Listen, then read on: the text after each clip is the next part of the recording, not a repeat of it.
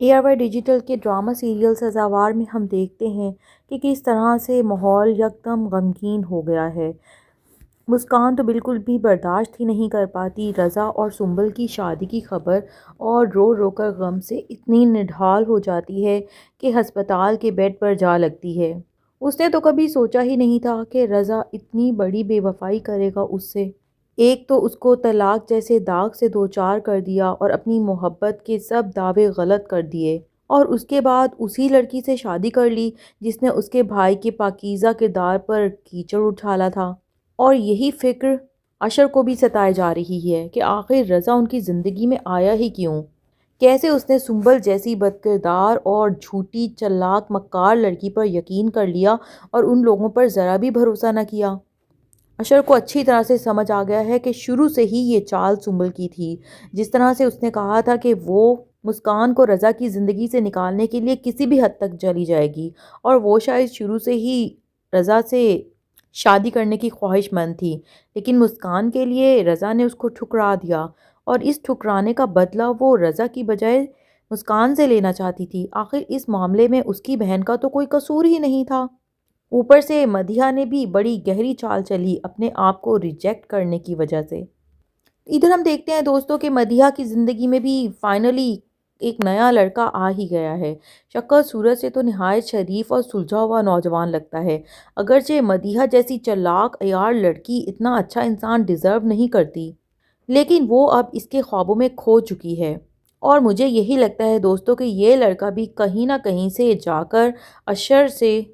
جڑ جائے گا، یا پھر ہو سکتا ہے کہ اشر نے ہی اسے مدیحہ کی زندگی میں بھیجا ہو سچ سامنے لانے کے لیے۔ فی الحال تو مدیحہ پوری طرح سے پاگل ہو چکی ہے اس لڑکے کی باتوں میں آ کر، جو اس کو کہتا ہے کہ بس میں تم سے بہت زیادہ محبت کرتا ہوں اور صرف دوستی نہیں بلکہ پوری زندگی تمہارے ساتھ گزارنا چاہتا ہوں۔ دوسری طرف سنبل نے اب اپنے اصلی رنگ فوراً دکھانے شروع کر دیے ہیں، اور اس کی ساس تو بالکل برداشت نہیں کر پا رہی کہ کس طرح سے آہستہ آہستہ یہ لڑکی پہلے اس کے بیٹے کو اور اب اس کی بیٹی کو بھی دور کرتی چلی جا رہی ہے۔ سلمیٰ بیگم کو ویسے تو مسکان سے بھی رضا کے رشتے میں کوئی اعتراض نہیں تھا، لیکن جب یہ رشتہ ختم ہوا تھا تو بغیر سوچے سمجھے انہوں نے بھی مسکان کو ہی غلط قرار دیا تھا، حالانکہ وہ اپنی بیٹیوں کی چالاکیوں کو کیسے نظر انداز کر سکتی تھیں۔ اور دوسری بات یہ کہ مسکان کا تو پورے معاملے میں کوئی قصور ہی نہیں تھا۔ اب ان کو سخت پچھتاوے نے گھیر لیا ہے کہ یہ کیسی لڑکی کو اپنے گھر کی بہو بنا کر لے آئی ہیں جسے کوئی طور طریقے نہیں پتہ۔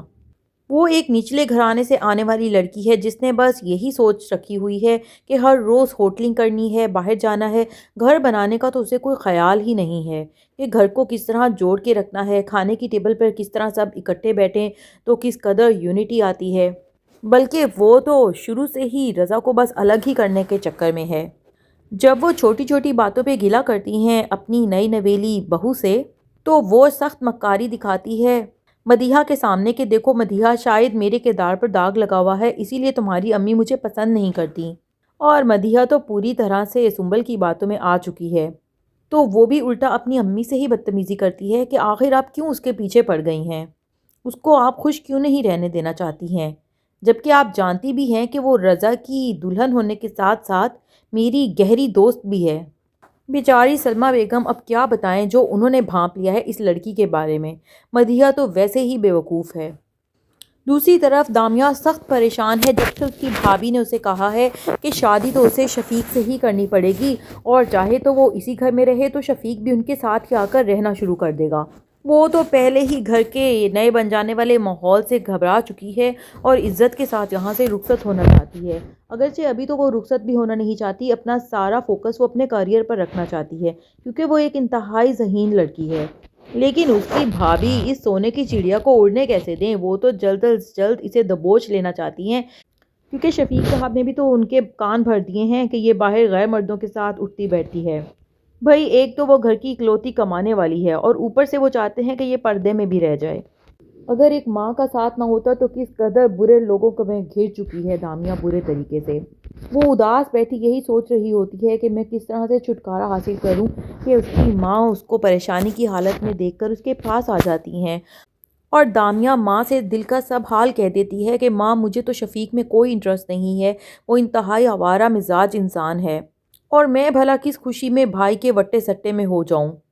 تو ماں کو ایک شک سا پڑتا ہے، وہ اس سے یہی پوچھتی ہے کہ کیا تم کسی کو پسند کرتی ہو؟ تو دامیہ صاف انکار کر دیتی ہے کہ نہیں، میں نہ تو کسی کو پسند کرتی ہوں اور نہ ہی ابھی میرا شادی کا کوئی ارادہ ہے۔ یہ سب گفتگو اس کا نکما بھائی ظفر سن لیتا ہے، اور بیگم نے اس کو ویسے ہی اچھی طرح سے بھڑکا دیا ہے اور کانوں میں ڈال دیا ہے کہ اس سونے کی چڑیا کو اڑنے نہیں دینا، کیونکہ تم تو مجھے اتنے کام کاج کرنے والے لگتے نہیں ہو، اکلوتی یہ کمانے والی ہے، یہ بھی چلی گئی تو ہمارے گھر کا چولہا کیسے چلے گا؟ تو شفیق، جو کہ خود تو مرا جا رہا تھا اپنی پسند کی دلہن گھر لانے کے لیے، جس کے لیے اس کو 1 روپیہ بھی لگانا نہیں پڑا، الٹا اپنی بہن کا اتنا قرضہ اٹھوا دیا، اور بہن اور ماں کے سامنے چیختا ہے کہ اس نے اگر کسی لڑکے کو دیکھنے کی بھی کوشش کی نا تو پھر میں اس کی آنکھیں نکال دوں گا۔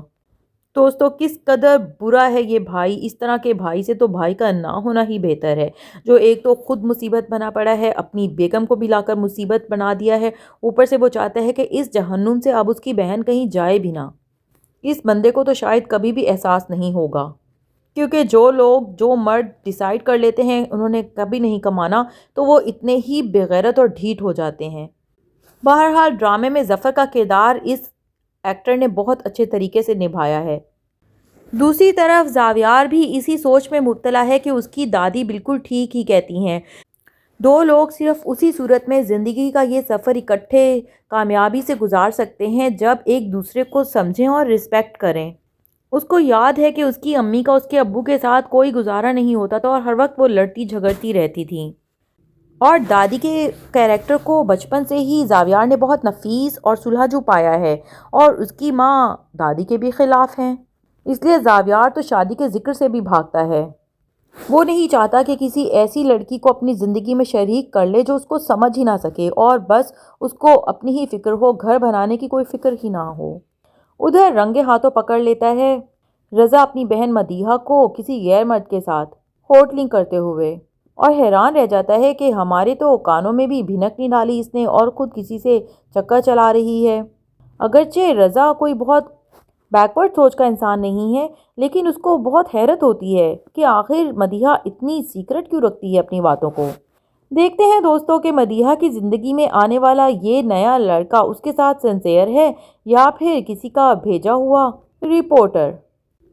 اب یہ دیکھنا ہے دوستوں کہ زاویار اور مسکان ایک دوسرے کے قریب کس طرح سے آتے ہیں اور ان کا رشتہ کیا نیا رخ اختیار کرتا ہے۔ یہ لڑکی یقیناً زاویار کی دادی کو بھی بے حد پسند آئے گی۔ کہانی کے بارے میں مزید جاننے کے لیے ہمارے چینل کو سبسکرائب کر دیں۔ شکریہ۔